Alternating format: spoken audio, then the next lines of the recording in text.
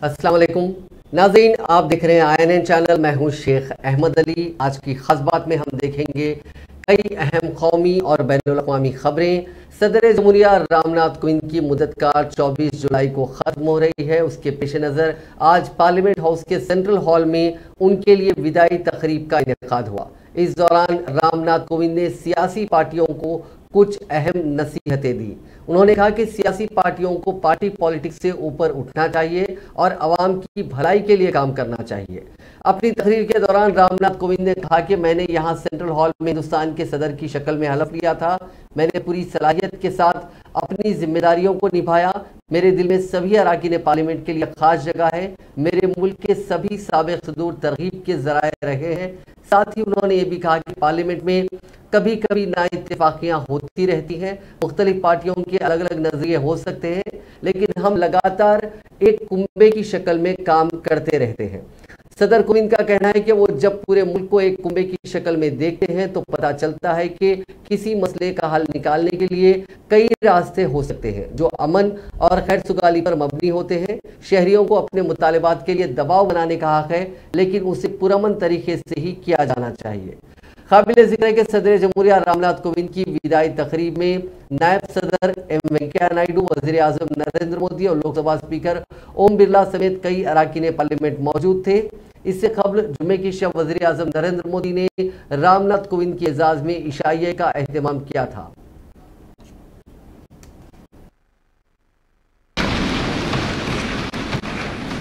अब आप दोनों से अनुरोध है कि आप माननीय राष्ट्रपति जी को हस्ताक्षर पुस्तिका भेंट करें।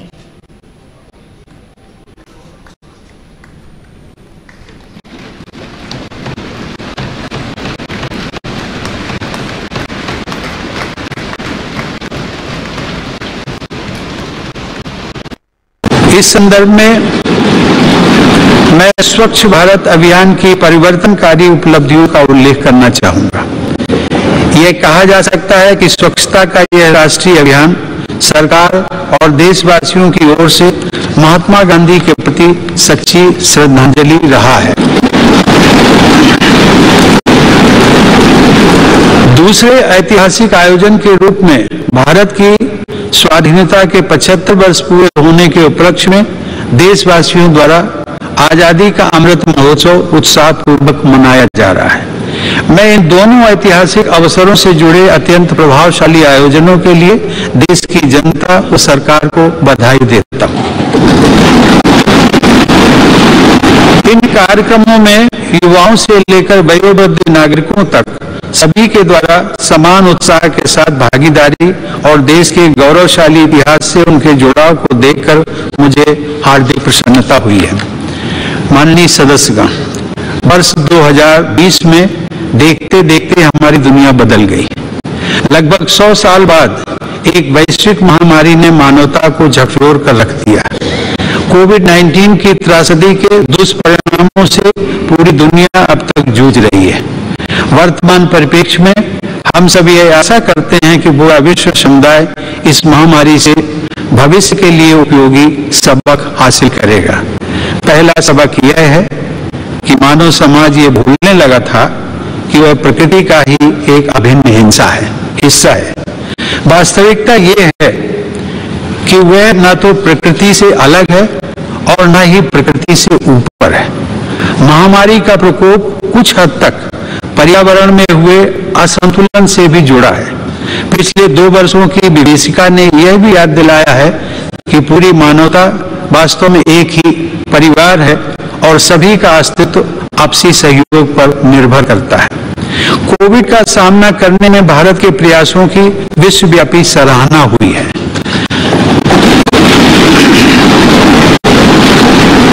सबके प्रयास से हमने केवल 18 महीने में ही 200 करोड़ वैक्सीन लगाने का लक्ष्य प्राप्त किया है।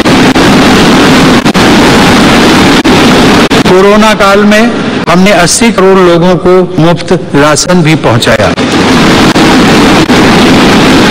यदि हम अपनी नीतियों के निर्धारण में इस वैश्विक महामारी से प्राप्त शिक्षाओं को अपनाते हैं तो मुझे लगता है कि भविष्य में किसी गंभीर आपदा के आने पर उसका सामना हम अधिक दक्षता और आत्मविश्वास के साथ कर सकेंगे। जलवायु परिवर्तन अब वाद विवाद का विषय नहीं रह गया है, बल्कि इसके परिणाम हमारे जीवन को सीधे सीधे प्रभावित करने लगे हैं। इस संदर्भ में मैं स्वच्छ भारत अभियान की परिवर्तनकारी उपलब्धियों। Chief justice of India N V Ramana लगातार मीडिया की गैर जिम्मेदाराना हरकतों पर सवाल उठा रहे हैं। एक बार फिर उन्होंने मीडिया इदारों को तनकीद का निशाना बनाते हुए मीडिया कवरेज से मुतालिक संगीन सवालात उठाए। उन्होंने सख्त अल्फाज का इस्तेमाल करते हुए कहा कि हाल ही में हम देखते हैं कि मीडिया कंगारू अदालतें चला रहे हैं। कई बार इश्यूज पर तजुर्बेकार जजों को भी फैसला करना मुश्किल हो जाता है। इंसाफ फराहम करने से मुतालिक इश्यूज पर गैर मतला और एजेंडे पर मबनी बहस जमहूरियत की सेहत के लिए मुज़िर साबित हो रही है। काबिल जिक्र है कि कंगारू अदालत उन नकली अदालतों को कहा जाता है जो कुछ अशखास के ग्रुप, ट्रेड यूनियन या किसी दीगर इदारे के जरिए चलाया जाता है। Chief justice of India N V Ramana ने अपने बयान में मीडिया इदारों के जरिए एजेंडा पर मबनी मुबाहिस को उसी तरह का कंगारू अदालत बताते हुए नजर आए। उन्होंने अपने बयान में कहा कि अपनी जिम्मेदारियों से आगे बढ़कर आप यानी मीडिया हमारी जमहूरियत को 2 कदम पीछे ले जा रहे हैं। प्रिंट मीडिया में अब भी कुछ हद तक जवाबदेही है, जबकि इलेक्ट्रॉनिक मीडिया में जवाबदेही सिफर है। चीफ जस्टिस ऑफ इंडिया ने बयान रांची में मुनक्किद एक एकेडमिक प्रोग्राम से खिताब करते हुए दिया। उन्होंने कहा कि हमारी इज्तिमाई कोशिश अदलिया को मजबूत करने की होनी चाहिए, जो बदले में हमारी जमहूरियत को मजीद मजबूत करे। जाती तौर से हाँ, एक जज की शक्ल में खिदमत करने का मौका ज़बरदस्त चैलेंज के साथ मिलता है, लेकिन मुझे एक भी दिन पछतावा नहीं हुआ। वो मजीद कहते हैं कि एक खुशहाल और जिंदा जमहूरियत ही हमारे मुल्क को पुरअमन तरक्की और आलमी क़यादत की राह पर ले जा सकती है और एक मजबूत अदलिया, कानून और जमहूरियत की हुकूमत की आखिरी गारंटी है। Our mental well-being. We spend sleepless nights rethinking our decisions. After all, like all other humans, even judges are fallible. Judges in apex court are entrusted with the task of delivering the final verdict. As it seals the fate of the parties, the stress is much more at the highest level. It is an onerous responsibility which we take extremely seriously. There exists a misconception in the minds of the people that judges stay ultimate comfort, work only from 10 to 4 and enjoy their holidays. Such narrative is untrue. A few months after becoming a judge of the High Court, I got to see Justice Satyabrat Sinha for the first time when he came to Hyderabad as my Chief Justice. It is from Justice Sinha that I have understood that what hard work means. He never took leave from court. Even when on touring during the weekends, he would take along a stenographer in the train or car and dictate judgments. I was deeply influenced by Justice Sinha's work ethic. He was known for his dedication, hard work, patience, and independence. In the process, he neglected his health. He used to warn us as to never follow his way of doing things. Sadly, since I could not put this advice into practice, the results are taking a toll on my physical health. It is not easy to prepare for more than 100 cases every week. Listen to novel arguments, to do independent research, the other and other judgments, while also dealing with the various administrative duties of our mental well-being. We spend sleepless nights. Enforcement directorate ने teachers appointment घोटाले के सिलसिले में 27 घंटे तक पूछगछ करने के बाद ममता बनर्जी के काबीना के सीनियर वजीर पार्थो चैटर्जी को गिरफ्तार कर लिया। गिरफ्तारी के बाद पार्थो चैटर्जी को मायने के लिए अस्पताल भेजा गया, जहां से दोपहर 1 बजे के बाद उन्हें वापस लाया गया। बाद में उन्हें कलकत्ता की अदालत में पेश किया गया। ख्याल रहे कि गुज़िश्ता रोज ईडी ने पार्थो चैटर्जी की रिहायशगाह और उनके करीबियों के घर पर छापे मारे थे। गुज़िश्ता रात ईडी ने पार्थो चैटर्जी की करीबी अर्पिता के घर से 20 करोड़ रुपए बरामद किए थे। ताहम पार्थो चैटर्जी को गिरफ्तार करने से कबल रियासती असेंबली के स्पीकर को इत्तला नहीं दी गई थी। इसको लेकर तनाज़ा खड़ा हो गया। स्पीकर ने कहा कि अगर गिरफ्तार किया जाता है तो मुझे इसकी इत्तला देनी चाहिए। मेंबर असेंबली के मामले में असेंबली के स्पीकर को और लोकसभा मेंबर के मामले में लोकसभा के स्पीकर को मुतला करना आईनी फर्ज है। कानून ये कहता है। बसूरत दीगर वो आईनी कवायद की खिलाफ वर्जी में शुमार किया जाएगा। स्पीकर ने मजीद कहा कि मैं ऐसी सूरत हाल के लिए तैयार नहीं था। काउंसिल के कामों में मसाइल पैदा होंगे, तमाम तहकीकात से मशरूत है, लिहाजा मैं इस पर तबसरा नहीं करूंगा। स्कूल सर्विसेज कमीशन तकरीरी घोटाले मामले में 27 घंटे तक पार्थो चैटर्जी से पूछताछ की गई थी। एनफोर्समेंट डायरेक्टरेट के एहलकारों ने जुमे की सुबह साबिक वजीर तालीम पार्थो चैटर्जी को घर पर उनके छापा मारा था और इस रकम की बरामदगी के बाद उनकी गिरफ्तारी अमल में आई। कांग्रेस पार्टी ने कहा कि मरकजी वजीर स्मृति ईरानी के खानदान पर बदनुमानी के इल्जाम आयद किए गए हैं। गोवा में उनकी बेटी के जरिए चलाए जाने वाले एक रेस्टोरेंट पर शराब पेश करने के लिए फर्जी लाइसेंस हासिल करने का इल्जाम है और ये ज़राए या सियासी इंतखाब के लिए एजेंसियों की तरफ से आयद इल्जाम नहीं बल्कि उनका इंकिशाफ RTI के जरिए हुआ है, जिसके मुताबिक मरकजी वजीर स्मृति ईरानी की बेटी ज्वेश ईरानी ने अपने सिली स्टोर्स कैफे एंड बार के लिए फर्जी दस्तावेजात की बुनियाद पर बार लाइसेंस जारी कराया। ये इल्जाम रुकने पार्लियामेंट जनरल सेक्रेटरी और in charge communications department Jairam Ramesh, chairman media and publicity AICC Pawan Khera और सदर महिला कांग्रेस नीता डिसूजा की तरफ से जारी करदा बयान में आयद किए गए।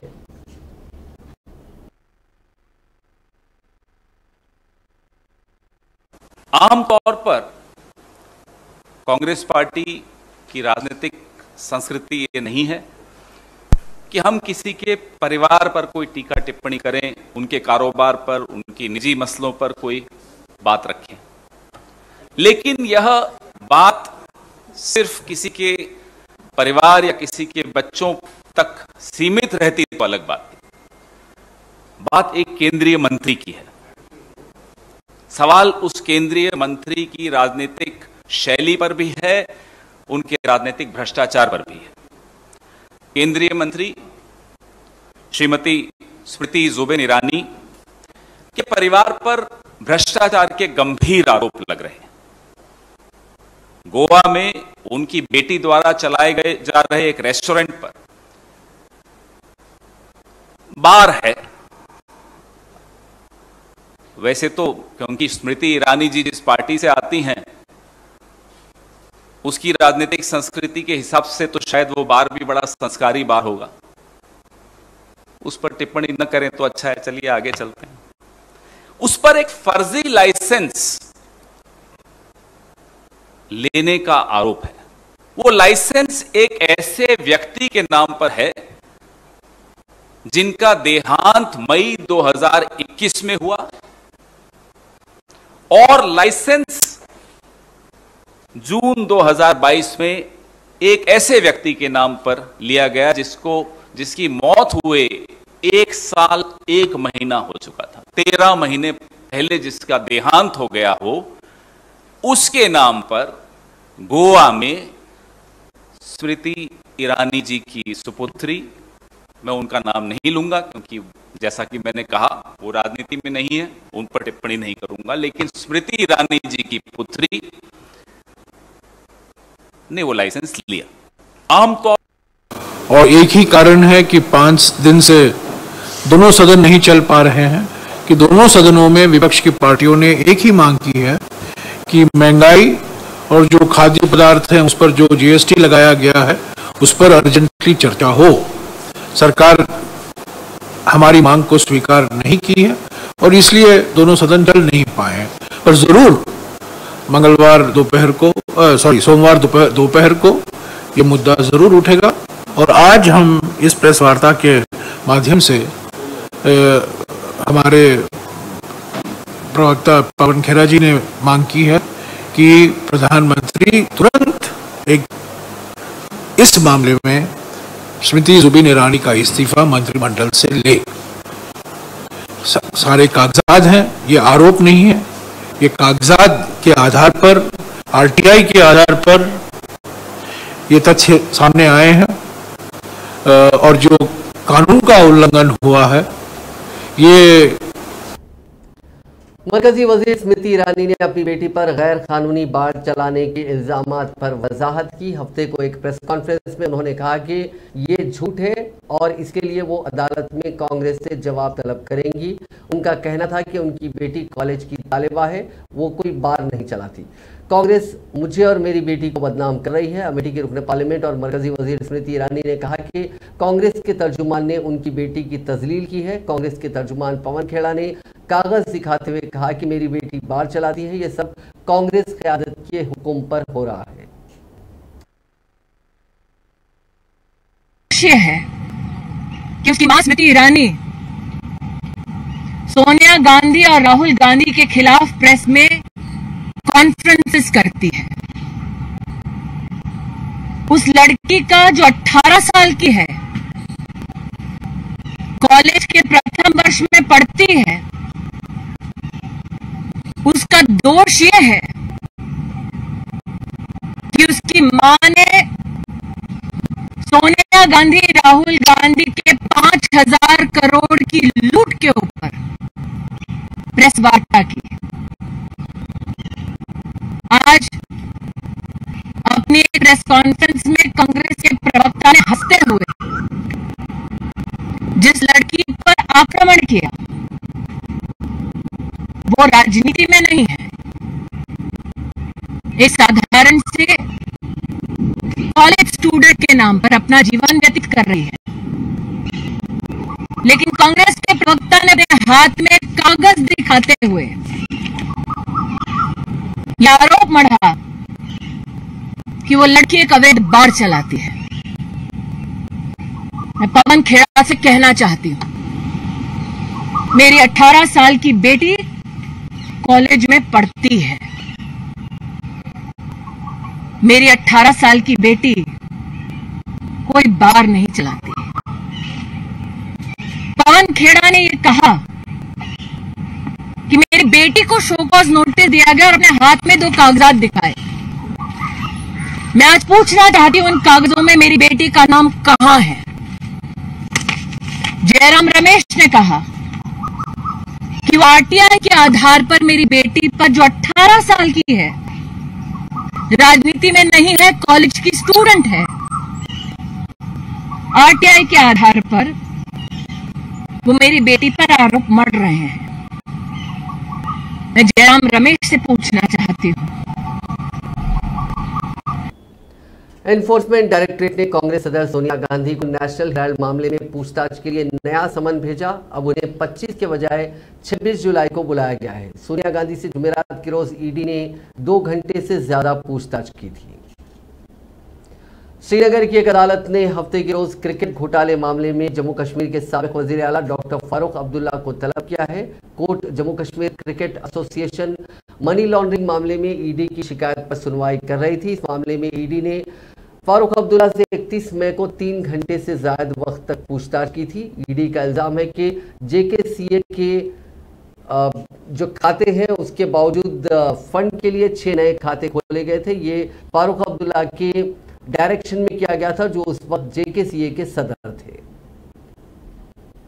महाराष्ट्र में एकनाथ शिंदे की क़यादत में हुकूमत तश्कील पा चुकी है। इसके बावजूद रियासत में सियासी हलचल खत्म होने का नाम नहीं ले रही है। उद्धव ठाकरे के इस्तीफा के बाद बीजेपी ने अचानक वजीर आला ओहदे के लिए एकनाथ शिंदे के नाम का ऐलान कर सबको हैरान कर दिया था और अब महाराष्ट्र बीजेपी सदर चंद्रकांत पाटिल के एक दावे ने सियासी हलचल शुरू कर दी है। उन्होंने कहा कि एकनाथ शिंदे को दिल पर पत्थर रखकर महाराष्ट्र का वजीर आला बनाया गया। रिपोर्ट्स के मुताबिक पनवेल में ओहदेदारों की मीटिंग से खिताब करते हुए महाराष्ट्र सदर चंद्रकांत पाटिल ने कहा कि गुज़िश्ता 2.5 साल की तस्वीर देखने के बाद महाराष्ट्र में हुकूमत बदलने की जरूरत थी। इख्तिदार में ये तब्दीली हो चुकी थी और तब्दीली के वक्त एक ऐसे लीडर की जरूरत थी जो सही पैगाम दे सके, अच्छे फैसलों को इस्तेकाम दे सके। ऐसे में मरकजी क़यादत ने एकनाथ शिंदे को वज़ीर आला बनाने का फैसला किया। साथ ही चंद्रकांत पाटिल कहते हैं कि इस फैसले से हम सभी अफसरदा हैं। वसंतराव नायक के बाद देवेंद्र फडणवीस लगातार 5 साल वज़ीर आला रहे। 5 साल वज़ीर आला रहने के बाद किसी ने नहीं सोचा था कि मरकज ऐसा फैसला करेगा। बीजेपी के रियासती सदर ने दावा किया कि मरकज के फैसले को देवेंद्र फडणवीस ने दिल पर पत्थर रखकर कबूल किया। नेता देण्याची आवश्यकता होती की त्याच्यातून योग्य मेसेज जाईल, त्याच्यातून जे काही करतो त्याला स्थिरता येईल आणि त्यामुळे अक्षरशः मनावर दगड ठेवून आपण सगळ्यांनी आणि प्रामुख्याने माननीय देवेंद्रजींनी आपल्या केंद्रीय नेतृत्वाने निर्णय केला की महाराष्ट्राचे मुख्यमंत्री एकनाथजी शिंदे होते। दुःख झालं आपल्याला, परंतु ते दुःख पसवून म्हणून आपण सगळ्यांनी म्हणून पुन्हा एकदा आनंदाने हा सगळा गाडा चालवण्यासाठी पुढे गेला. देवेंद्रजींना नेता देण्याची आवश्यकता. शिवसेना के यूथ विंग के सरबराह और साबिक वजीर आदित्य ठाकरे ने हफ्ते को कहा कि शिवसेना के बागियों के लिए मातोश्री के दरवाजे खुले हैं जो साबिक वजीर आला उद्धव ठाकरे के साथ आना चाहते हैं. आदित्य ठाकरे ने कहा कि ठाकरे की शिव संवाद यात्रा का आज दूसरा दिन है. साबिक वजीर ने ये बात पठन तालुका में वाक़े बुटकर रवानगी से कबल मीडिया से कही. पठन बागी एमएलए और साबिक वजीर संदीपन भूमरे का असेंबली हल्का है. बाद में उन्होंने गंगापुर जिले में पार्टी मेंबरान से बातचीत की. आदित्य ठाकरे ने कहा कि वो शिव संवाद यात्रा में साबिक वजीर आला ठाकरे और शिवसेना के तई अपने प्यार का इजहार करने वाले लोगों से आशीर्वाद लेने के लिए मुख्तलिफ मकामात का दौरा कर रहे थे. आदित्य ठाकरे ने कहा कि हमारी पार्टी में हालिया तरक्की के बाद उद्धव ठाकरे की ईमानदारी का फायदा उठाकर यह साबित हो गया कि सियासत में ईमानदार शख्स की कोई जगह नहीं है. आदित्य ठाकरे ने यह भी दावा किया कि उनके दौरे के दौरान पिछले 2 दिनों में बहुत से लोगों ने उनका रास्तों पर खैर मकदम किया और लोगों ने एकनाथ शिंदे के बागी तेवर के बाद रियासत में जो कुछ हुआ उस पर नाखुशी का इजहार किया. उन्होंने कहा कि अगर उनमें हिम्मत है तो वो अपने मौजूदा ओहदे से इस्तीफा दे दें और अवाम के नए मैंडेट का सामना करें. उन्होंने कहा कि अगर अवाम उन्हें मैंडेट देते हैं तो हम उसे बखुशी कबूल करेंगे. इलेक्शन कमीशन की जानिब से शिवसेना के उद्धव ठाकरे धड़े और एकनाथ शिंदे धड़े को पार्टी में अक्सरियत के सबूत पेश करने के लिए तलब करने पर संजय रावत ने सख्त रद्द-ए-अमल जाहिर किया. उन्होंने कहा कि महाराष्ट्र के आवाम के लिए ये हैरतनाक है. बाला साहेब ठाकरे ने 56 साल कबल हिंदुत्व को जहन में रखते हुए इस पार्टी को कायम किया था और इलेक्शन कमीशन उनकी तंजीम पर सवाल उठा रहा है.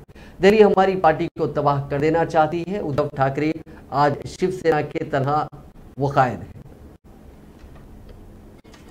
कांग्रेस के साबिक सदर राहुल गांधी ने आज अपने एक ट्वीट में मरकज की इंडिया हुकूमत पर शदीद हमला करते हुए एनडीए की एक नई तशरीह लोगों के सामने पेश की. उन्होंने एनडीए को नो डेटा अवेलेबल के नाम से पुकारते हुए लिखा कि नो डेटा अवेलेबल हुकूमत सबको यकीन दिलाना चाहती है कि ऑक्सीजन की कमी से किसी की मौत नहीं हुई, एहतजाज करने वाले किसी किसान की मौत नहीं हुई, पैदल चलते हुए किसी महाजिर की मौत नहीं हुई, किसी की मॉब लिंचिंग नहीं की गई, किसी सहाफ़ी को गिरफ्तार नहीं किया गया. इस ट्वीट के आखिर में राहुल गांधी ने लिखा, ना डेटा, ना जवाब, ना एहतसाब. अपने ट्वीट के जरिए राहुल गांधी ने इशारों में मोदी हुकूमत को तनकीद का निशाना बनाया. उन्होंने ये बताने की कोशिश की कि कोरोना बहरान में ऑक्सीजन की कमी से लोगों की मौत, किसान तहरीक के दौरान किसानों की मौत, कोरोना बहरान के दौरान महाजरीन की मौत, मॉब लिंचिंग और सहाफ़ियों की गिरफ्तारी के लिए जिम्मेदार मोदी हुकूमत है. राहुल गांधी ने कहा कि हुकूमत के पास कोई डेटा नहीं है और ये चाहते हैं कि अवाम यकीन करें कि ऐसे वाक़यात हुए ही नहीं. ट्वीट के साथ राहुल गांधी ने एक GIF वीडियो लगाई जिसमें सब चंगा सी लिखा दिखाया गया और फिर चंगा को क्रॉस करके इस पर गायब लिखता हुआ दिखाई दिया. यानी राहुल गांधी ने सब गायब सी लिखकर यह जाहिर करने की कोशिश की है कि मोदी हुकूमत में डाटा मौजूद ही नहीं है, सब गायब है. दिल्ली के वज़ीर आला अरविंद केजरीवाल ने हफ्ते के रोज कहा कि 16 साल से 35 साल की उम्र का हर नौजवान अब रवानी से अंग्रेजी बोल सकेगा क्योंकि दिल्ली हुकूमत मुफ्त स्पोकन इंग्लिश कोर्स शुरू करने जा रही है. अरविंद केजरीवाल ने कहा कि ये कोर्स मुकम्मल तौर पर मुफ्त है, लेकिन शुरू में 950 रुपये ज़र जमानत के तौर पर लिए जाएंगे ताकि ऐसा ना हो कि दाखिला लेने वाले नौजवान लड़के और लड़कियां इस कोर्स को संजीदगी से ना लें. कोर्स की कामयाबी से मुकम्मल करने और हाजिरी पूरी करने वालों को 950 रुपये वापस लौटा दिए जाएंगे. इस पहल के लिए हम मैक्स मिलन और वर्ड्सवर्थ के साथ माहिदा कर रहे हैं और कैम्ब्रिज यूनिवर्सिटी पूरे कोर्स का जायजा लेगी. शिक्षा मिलने लगी है. हम नहीं चाहते कि हमारे बच्चे किसी भी हाल में दूसरे बच्चों से जो जिनके पास सुविधाएं हैं उन बच्चों से किसी भी क्षेत्र में कमजोर हों. तो दिल्ली सरकार ने ऐसे बच्चों के लिए जिनकी अंग्रेजी कमजोर है उनके लिए स्पोकन इंग्लिश का कार्यक्रम हम लोग लेके आए हैं कि उनको उनकी अंग्रेजी अच्छी करेंगे, उनको अच्छा अंग्रेजी बोलना सिखाएंगे, उनकी कम्युनिकेशन स्किल्स अच्छी करेंगे. तो ऐसे बच्चे जिन लोगों की अंग्रेजी कमजोर है, वो ठीक से कम्युनिकेशन स्किल्स उनकी अच्छी नहीं है, उनके लिए दिल्ली सरकार स्पोकन इंग्लिश का ये कार्यक्रम लेके आई है. हमारी जो दिल्ली स्किल एंटरप्रेन्योरशिप यूनिवर्सिटी है वो इस पूरे कोर्स को चलाएगी. तो जिन बच्चों ने अपनी स्कूलिंग पूरी कर ली, 12वीं पूरी कर ली, उनकी कम्युनिकेशन स्किल्स कमजोर है, नौकरी मिलने में उन्हें दिक्कत हो रही है और जिन्होंने बेसिक नॉलेज, उनको इंग्लिश की तो बेसिक नॉलेज होनी चाहिए, 8वीं तक की कम से कम इंग्लिश की बेसिक नॉलेज होनी चाहिए। ऐसे बच्चों के लिए पहले साल में फेज 1 में हम 1 लाख बच्चों को अगले 1 साल में 1 लाख बच्चों को हम स्पोकन इंग्लिश की ट्रेनिंग देंगे। 50 सेंटर्स पूरे दिल्ली में इसके लिए फर्स्ट फेज में खोले जा रहे हैं, सब्सिक्वेंटली इसको और काफ़ी बढ़ाया जाएगा। और ये एक तरह से इंटरनेशनल स्टैंडर्ड का कोर्स है। इसमें हम मैकमिलन और वर्ड्सवर्थ के साथ टाई अप कर रहे हैं और कैम्ब्रिज यूनिवर्सिटी जो है वो इसका पूरा असेसमेंट करेगी। 18 से 35 साल के युवा। उत्तर प्रदेश के हाथरस जिले में एक बेकाबू डिंपर ने कवाड़ियों को रौंद दिया। हादसे में 6 कवाड़ियों की मौत वाक़ हो गई और 2 शदीद तौर पर जख्मी हो गए। जख्मियों को इलाज के लिए आगरा रिफर किया गया है। कंवड़ यात्रियों का ये जत्था गंगा जल लेकर हरिद्वार से मध्य प्रदेश के ग्वालियर जा रहा था। यह हादसा हाथरस जिले के सादाबाद थाने इलाके के तहत हाथरस आगरा रोड के बुढ़हार चौराहे पर पेश आया, जहां हफ्ते की रात तकरीबन 2:30 बजे एक बेकाबू तेज रफ्तार डिंपर ने कवाड़ियों के एक दस्ते को रौंद दिया। इस हादसे में 6 कवाड़ियों की मौके पर ही मौत हो गई, जबकि 2 शदीद तौर पर जख्मी हो गए, जिन्हें करीबी डॉक्टर से इब्तदाई तिब्बी इमदाद दिलाने के बाद आगरा मेडिकल कॉलेज रिफर किया गया। इस दस्ते में शामिल एक नौजवान ने बताया कि उसके साथी हरिद्वार से गंगा जल लेकर मध्य प्रदेश के ग्वालियर जा रहे थे। हादसे के बाद पुलिस इंतजामिया के आला हुक्काम भी मौके पर पहुंचे, जिन्होंने मौके पर इमदादी काम शुरू किया। कांवड़िए हैं वो यहीं पर हैं, उनसे काफी चर्चा बात हुई है और अभी बाकी जो कार्रवाइयाँ हैं, विधिक कार्रवाइयाँ हैं, वो सब की जा रही हैं और इनका सबको ग्वालियर वापस भेजने का इंतजाम कराया जा रहा है। जो एक्सीडेंट हुआ वो पकड़ा गया? हाँ, उसके बारे में जानकारी मिल गई है और उसके लिए अलग से टीम लगी हुई है, तो बहुत जल्दी पकड़ा जाएगा। सर, सुरक्षा के क्या कोई इंतजाम नहीं किए गए हैं कांवड़ियों के लिए? नहीं, ऐसा नहीं है। जैसे कि मैं भी रास्ते से आ रहा हूँ, आगरा से भी आ रहा हूँ, तो मुझे भी रास्ते में करीब 4-5 पेट्रोलिंग व्हीकल मिली हैं और वो लगातार कांवड़ियों के साथ चल रही हैं। शासन की तरफ से और पुलिस की तरफ से कांवड़ियों की सुरक्षा के लिए विशेष इंतजाम किए गए हैं। रात्रि में भी पेट्रोलिंग रहती है, जो हमारी यूपी 112 की गाड़ियां हैं वो भी कांवड़ियों के साथ रहती हैं, लेकिन क्योंकि कम संख्या में, छोटी संख्या में पूरे रास्ते में बिखरे रहते हैं, तो हर एक ग्रुप के साथ होना पॉसिबल नहीं हो पाता है। हमारी पूरी सहानुभूति जो है, जो दिवंगत आत्माएं हैं उनके साथ में है। दिल्ली से एक बार फिर हैरान कर देने वाली खबर सामने आई है। इतलात के मुताबिक नई दिल्ली रेलवे स्टेशन पर खातून के साथ इज्तिमाई आबरूरेजी की घिनौनी करतूत अंजाम दी गई। खातून ने रेलवे मुलाजमीन पर गैंगरेप का इल्जाम लगाया, जिसमें महकमे बिजली के मुलाजमीन भी शामिल हैं। गैंगरेप के मुलजिमीन को दिल्ली पुलिस ने गिरफ्तार कर लिया। डीसीपी रेलवे हरिंदर सिंह ने बताया कि 30 साल मुतासिरा के साथ जुमेरात की रात रेलवे स्टेशन प्लेटफॉर्म नंबर 8 और 9 पर इलेक्ट्रिकल मेंटेनेंस अमले की झोंपड़ियों में इज्तिमाई असमत दरी की गई। तमाम मुलजिमीन महकमे बिजली में रेलवे मुलाजिम और उन्हें गिरफ्तार कर लिया गया। तमाम मुलजिमीन की उम्र 30 से 35 साल के दरमियान है। एफआईआर दर्ज करके कार्रवाई शुरू कर दी गई है। मुतासिरा खातून की कुछ अरसे कबल एक मुलजिम से जान पहचान हुई थी। जुमेरात की रात उसने मुतासिरा खातून को किसी बहाने नई दिल्ली रेलवे स्टेशन पर बुलाया, जिसके बाद सभी मुलजिमीन ने उसके साथ इज्तिमाई असमत दरी की। मुतासिरा खातून फरीदाबाद की रिहायशी है, जिसकी उम्र तकरीबन 30 साल बताई गई है।